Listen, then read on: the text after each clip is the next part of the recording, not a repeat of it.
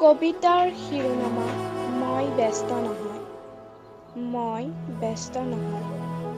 কবি সুমন জ্যোতি নাথ, আবৃত্তি পুনম নাথ। নাই নাই, মই ব্যস্ত নহয়। কিমান যে গধুৰ বোজা মোৰ। আৰু অলপ শুব পাৰিলে বৰ ভাল আছিল। ৰাতিপুৱা উঠিয়েই লাল চাহৰ সোৱাদ লওঁ। চাফ কৰোঁ মোৰ ঘৰৰ পদূলি। গুচাই দিওঁ যন্ত্ৰণাৰ আৱৰ্জনা। গৰুক দীঘলকৈ দুৰস টানি দিওঁ। হাঁহকেইটাকো উদং কৰোঁ। তথাপিও মই ব্যস্ত নহয়। দেউতাক কৰ্মত অৰিহণা দিওঁ। খেতিত কষ্টৰ মৰ্যাদাৰ সন্ধান বিচাৰোঁ। তথাপিও মই ব্যস্ত নহয়।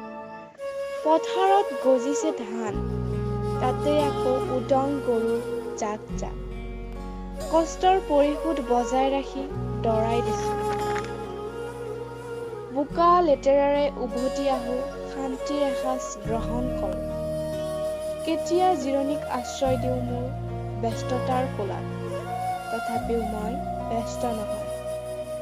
তেতিয়া বৰকৈ মৰ্মাহত হৈ পৰোঁ, যেতিয়া মোৰ আৱেগবোৰে বৰকৈ খুন্দিয়াই মোৰ বুকুৰ আভ্যন্তৰত। আৰু তেতিয়াই মোৰ ব্যস্ততা বিলীন হয় কোনোবা অজান অচিন দেশত।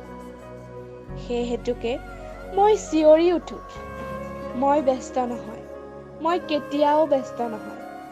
মোৰ মৰম, মোৰ ভাল পোৱাই ব্যস্ততাৰ শ্লোগান।